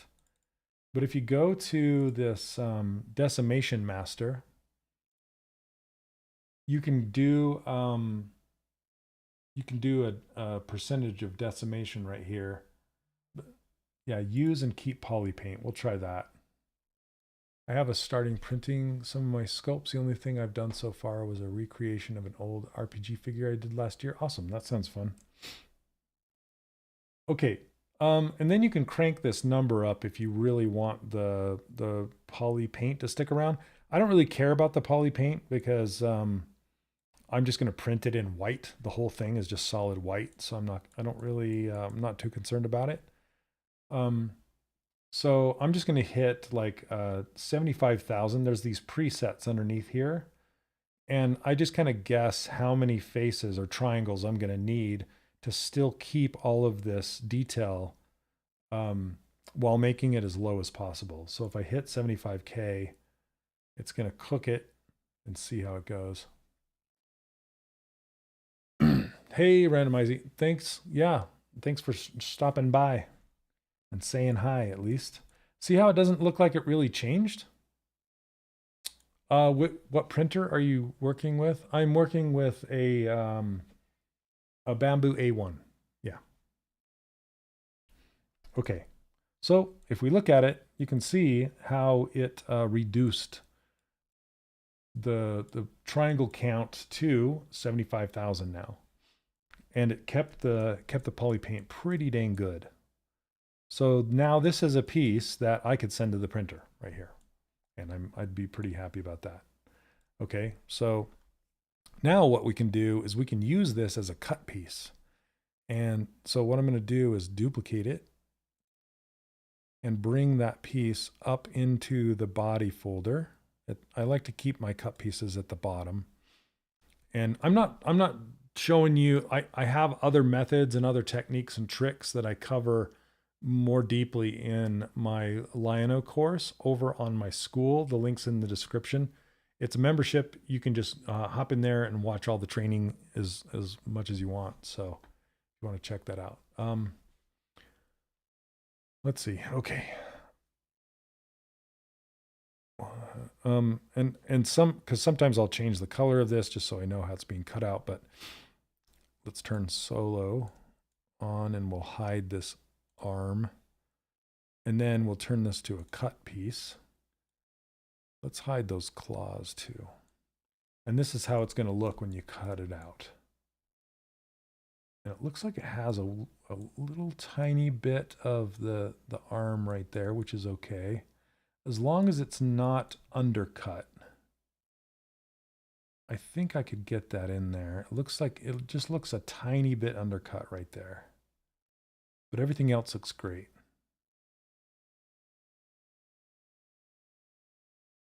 Yeah, I'm not sure about that part right there.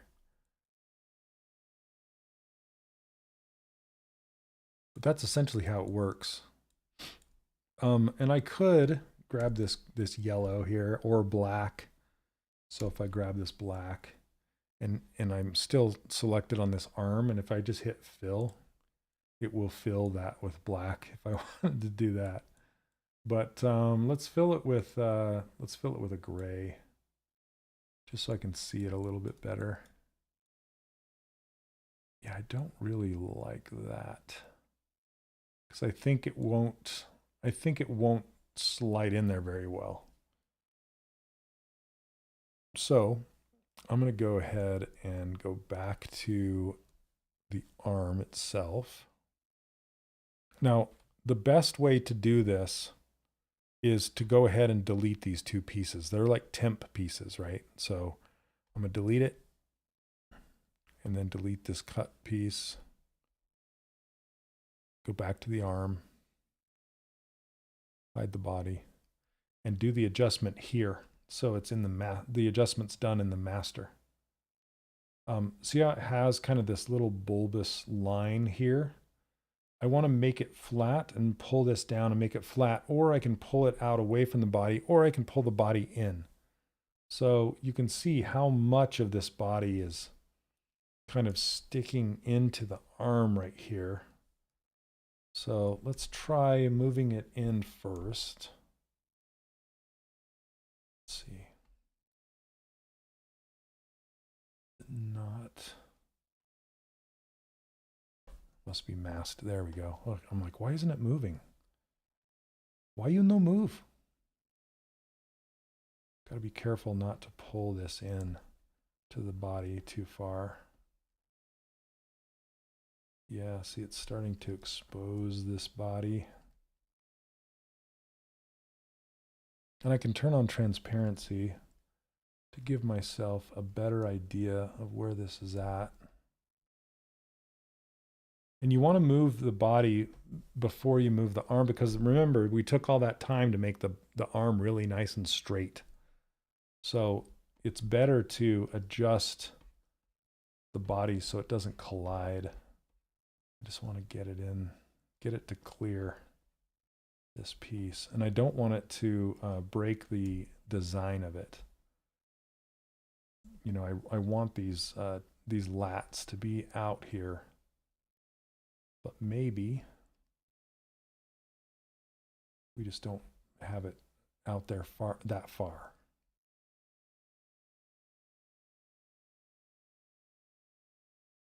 Okay, tuning, tweaking.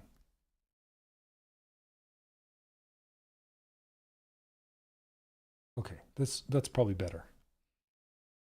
Now that we're here, let's look at the other side and make sure that's not colliding as well. So arm left. Yeah, see it's being pulled out into this arm. Let's get a really big brush and kind of push it in and down.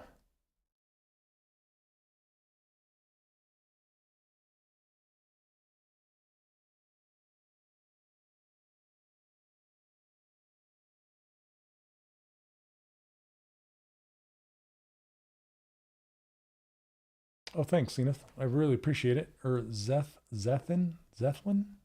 Sorry. I immediately read it as Zenith. Thank you very much. I appreciate it.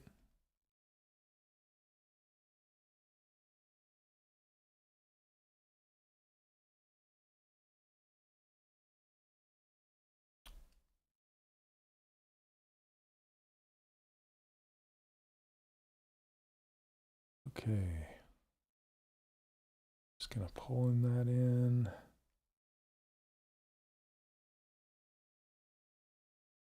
Okay, I think I'm happy with that. I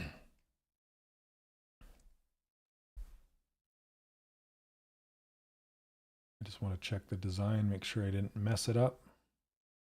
It's got this kind of bump right there that I'm not too happy with. Just want to pull this out, push this in. Okay.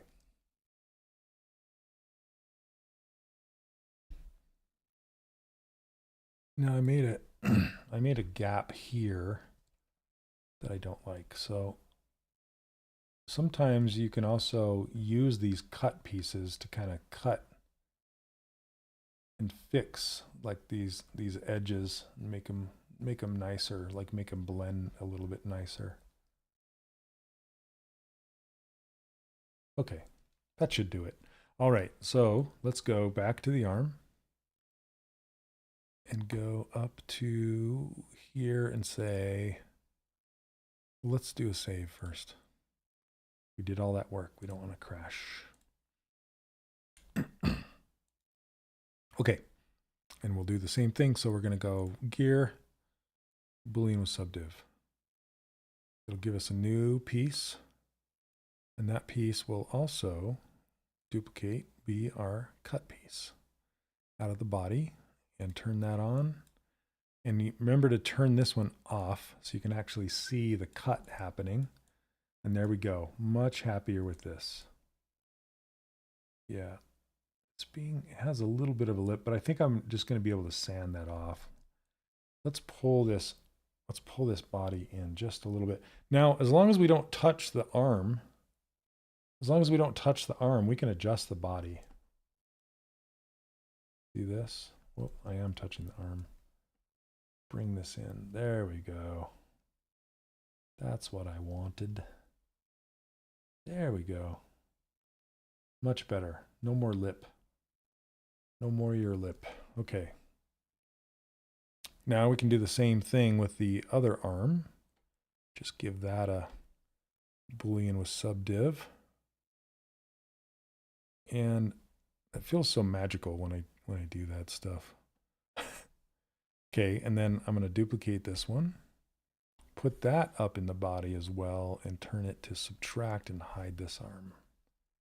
And take a little peeksies, see what it's doing. Okay.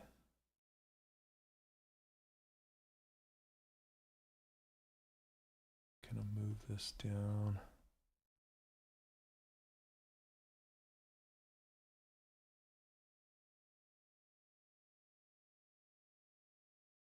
Oops, am I moving the arm? I am.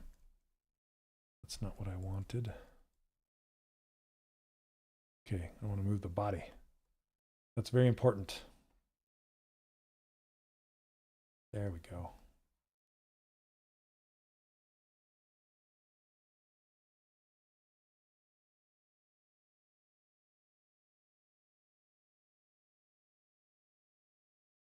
I love live Boolean. It's so fun. See, we still kind of had that little gap right there, so I just finished pulling it out.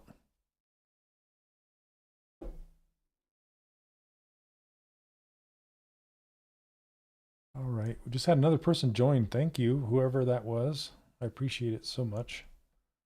Remember, you don't have to, it's just you can get started for as little as, right now, it's $27 a month. Which you can stay a couple months and bail, you know. No worry, no hard feelings if that's what you decide to do.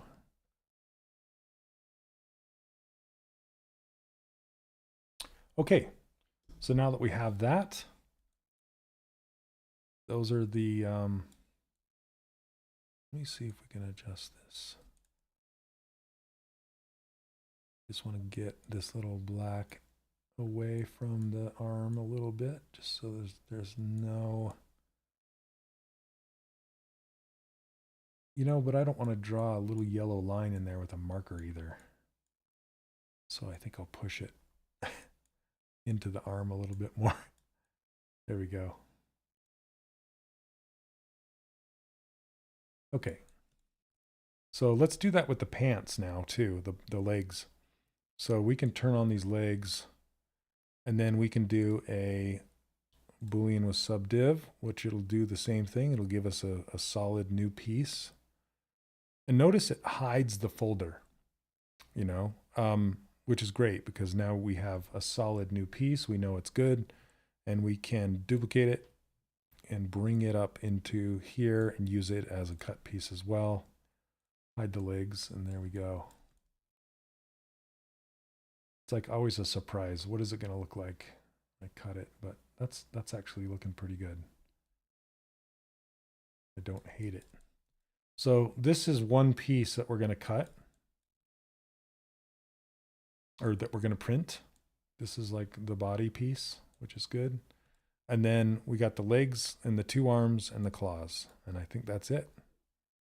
Yeah, did that whole prep in 2 hours. Not bad. And then when I have all this done, all you have to do is go to, you know, with these 3 cut pieces, is go up to the body and do the same thing. Just do a Boolean with subdiv, and it'll make a new piece. Okay. And then we'll select it. And then we'll take a look at it. This is what it looks like all stitched and closed up. And then we can just decimate it.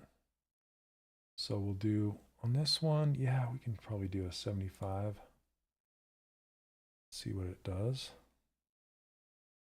So this will reduce it to triangles like that. Now it's 75,000 triangles, and then we'll do the same thing with each of these pieces. So there's the body. Let's do it with this arm. Cooking it.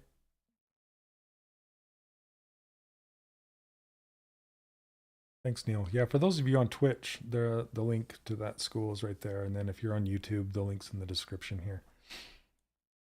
Okay, so there's the arm.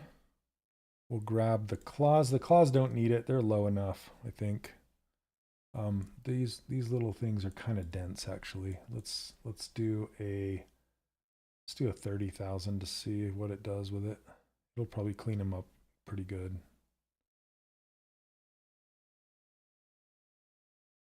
Yeah, didn't really do much to them. Oh well. Okay, that's fine. And then this arm, 75,000.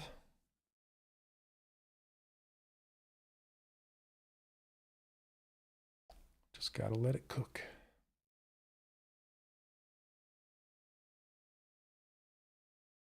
Okay, and then the pants, legs. We'll just go probably 75 on these as well.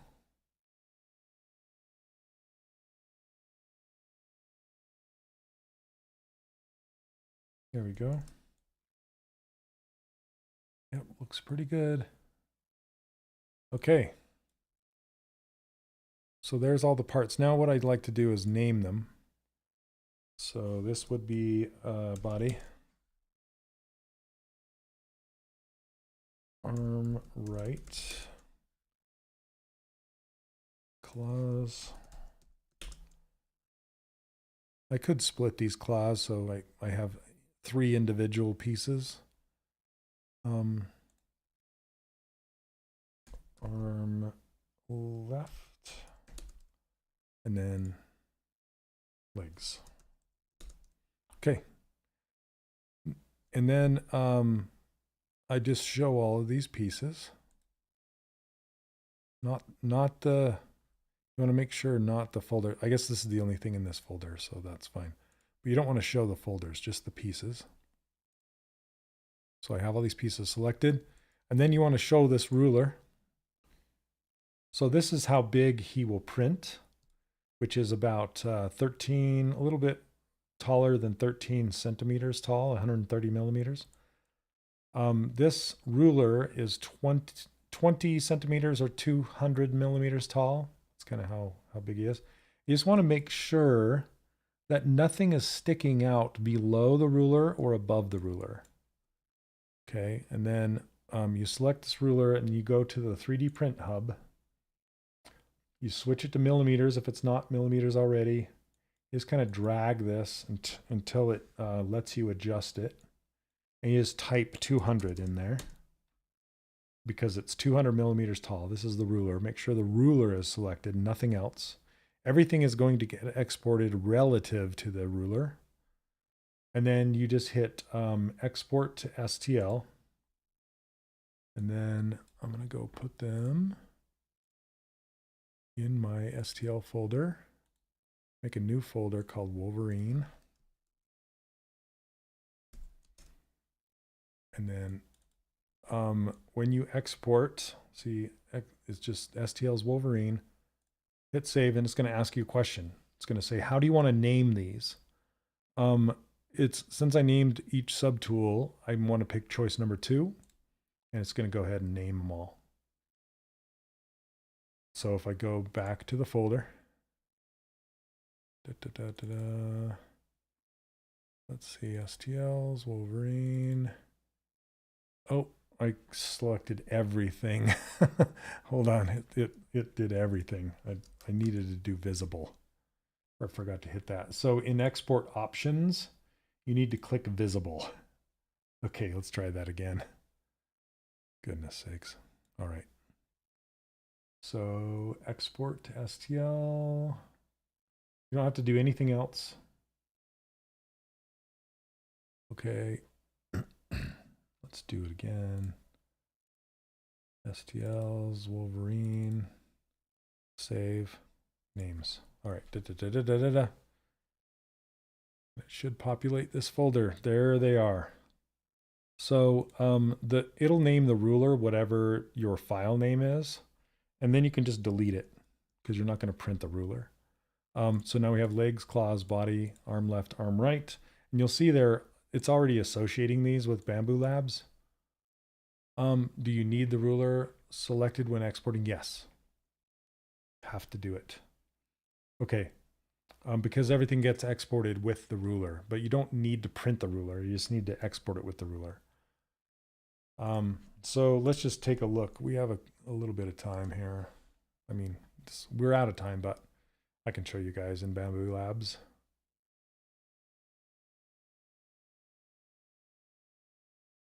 It was on legs? It was on legs. Oh my gosh. I thought I had my ruler selected. Thank you, Neil. Holy crap. Okay, let's do that again. You caught it. Okay, deleting. Let's do it one more time. Why did I think I had the ruler selected? Oh, goodness. Okay, everything's showing. There we go. Export to STL. STL. Wolverine. Save. Go. It doesn't take that long to export. There, it's done. Okay.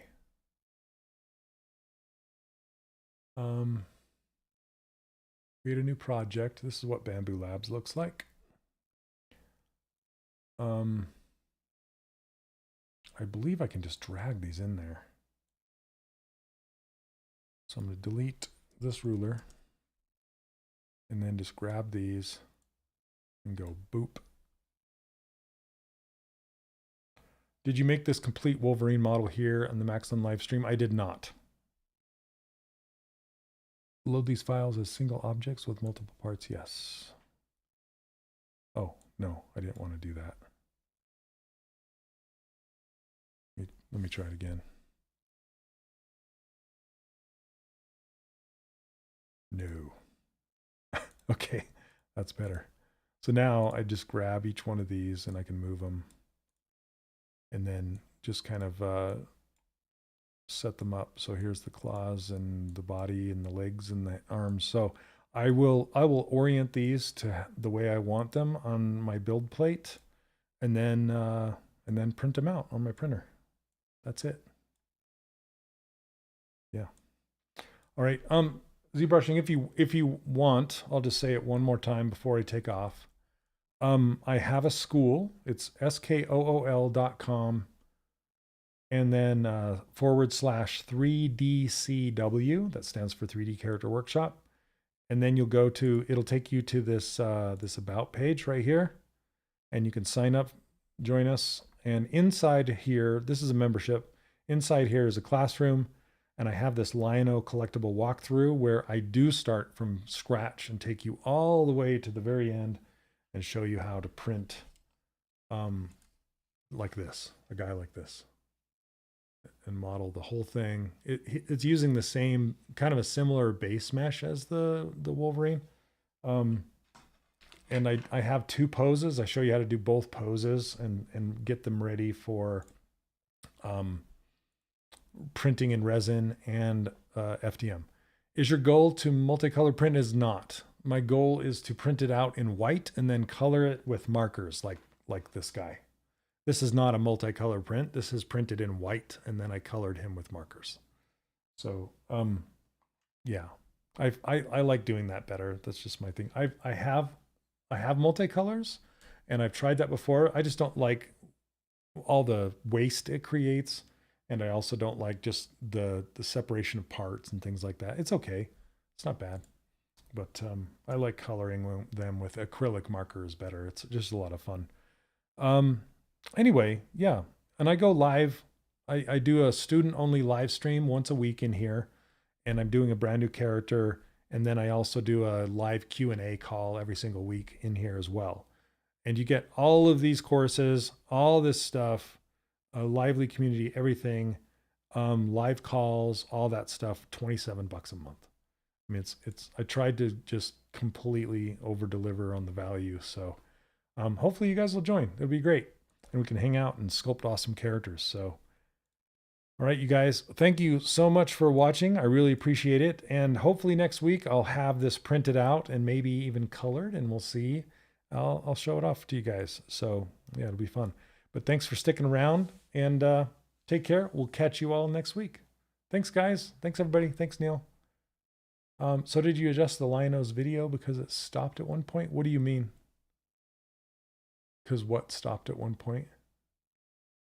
I did the beginning of Liono, like I recorded a whole bunch, and then I took a long break, and then I did the rest, but it's all up there.